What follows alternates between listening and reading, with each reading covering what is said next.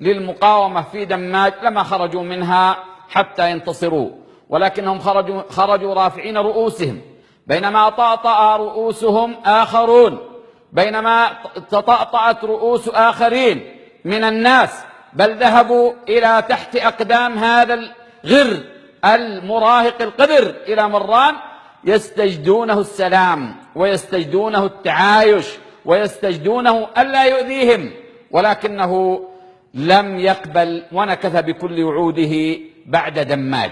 اليوم دماج ومحور صعدة، هذا المحور إعصار البقع الشرق الشمالي لصعدة، مديرية البقع هذه حركت العالم، حركت المحيطات، حركت أمريكا، حركت إنجلترا، حركت كل أحباب وكل رعاة الإرهاب الحوثي الصفوي، حركتهم.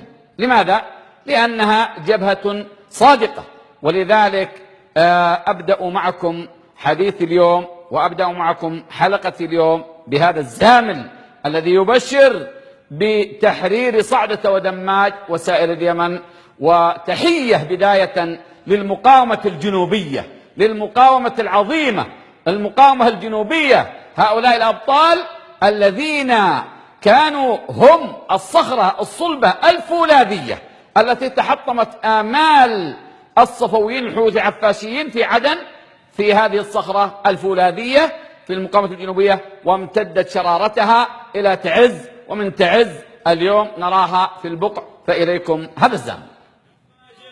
مرحبا يا أهل الكرامة، مرحبا يا مرحبا بأهل الوفاء وأهل السيوف القاتلة، يا مرحبا باللي لهم تشهد ميادين الوغى والبقع حايت مثلها واكتاف عندي ماثلة. جاءوا أسود المعركة في صبح ولا في مساء، تشهد عدن وبين لهم والأرض فيه شاعلة، والضالعي واليافعي رمز الشهامة والإباء، وابطال من شبوه أتوا واهل الشرف من وائله. دماج قالت مرحبا يا اهل الكرامه، مرحبا يا مرحبا باهل الوفاء واهل السيوف القاتله، يا مرحبا باللي لهم تشهد ميادين الوغى والبقع حايت مثلها واكتاف عندي ماثله. واشبال سلمان الملك حامي العشيره والحنى، ينبو عروش الرافضي اهل الطقوس الباطله، يا الارض ثوري واشعلي من تحت أقدم العدا، والبحر يتفجر غضب يقذف حمم من ساحله. دماج قالت مرحبا يا أهل الكرامة، مرحبا يا مرحبا بأهل الوفاء وأهل السيوف القاتلة، يا مرحبا باللي لهم تشهد ميادين الوغى والبقع حايت مثلها واكتاف عندي ماثلة. دماج ثارك عندنا والجوردي أول مضى، يا ويل حزب الرافضي واللي معاه في القافلة، يا ويلهم جاءوا لهم أحفاد خالد والعلا، سنه على دين النبي حي النفوس الفاضلة. دماج قالت مرحبا يا أهل الكرامة، مرحبا يا مرحبا بأهل الوفاء وأهل السيوف القاتلة، يا مرحبا باللي لهم تشهد ميادين الوغى والبقع حايت مثلها واكتاف عندي ماثلة. يا الرافضي قد خير لك من حربهم تحت الثرى، يهوى المنايا مثل ما تهوى الحياة الزايلة، يا هاشم السيد معك أقوام ما تخشى الردى، لو خط في بحر الردى خاضوا معك في داخله. أقول كدت الجبل ردوا الجبل حبة حصى، بالأمس قلتن الجبل واليوم صحراء قاحلة. دماج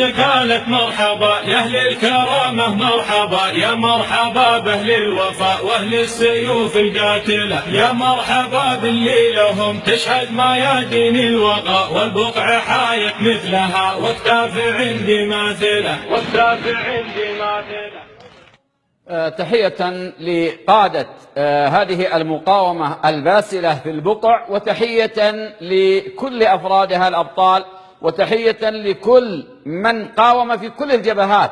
نحن لا نقول مقاومة جنوبية ومقاومة شمالية ومقاومة كذا، لا، هذه يجب أن تسمى بمسمياتها. أنا كنت أول من نادى قبل عاصفة الحزم وعند بداية عاصفة الحزم أن يكون مسمى المقاومة واحد، وألا تكون هناك مسميات في كل محافظة، ولكن أصر ناس آخرون وقالوا لا، يجب أن تسمى مقاومة مأرب، مقاومة الجوف، مقاومة البيضاء، مقاومة تعز، مقاومة عدن، مقاومة لحج، مقاومة شبوة، وهكذا. فسميت هكذا. اليوم لماذا يتحسس البعض حين نذكر المقاومة الجنوبية؟ المقاومة الجنوبية هذا حق لها أن نذكرها وأن نشكرها، وللعلم أن هناك في البقع مقاومة يعني أو قوتان، قوة جنوبية وقوة من أبناء المحافظات الأخرى. القوة الجنوبية لوحدها وليس هناك تفرقة، ولكن هكذا فعل خالد بن الوليد رضي الله عنه في محاربة الردة في نجد عندما حارب مسيلمة الكذاب.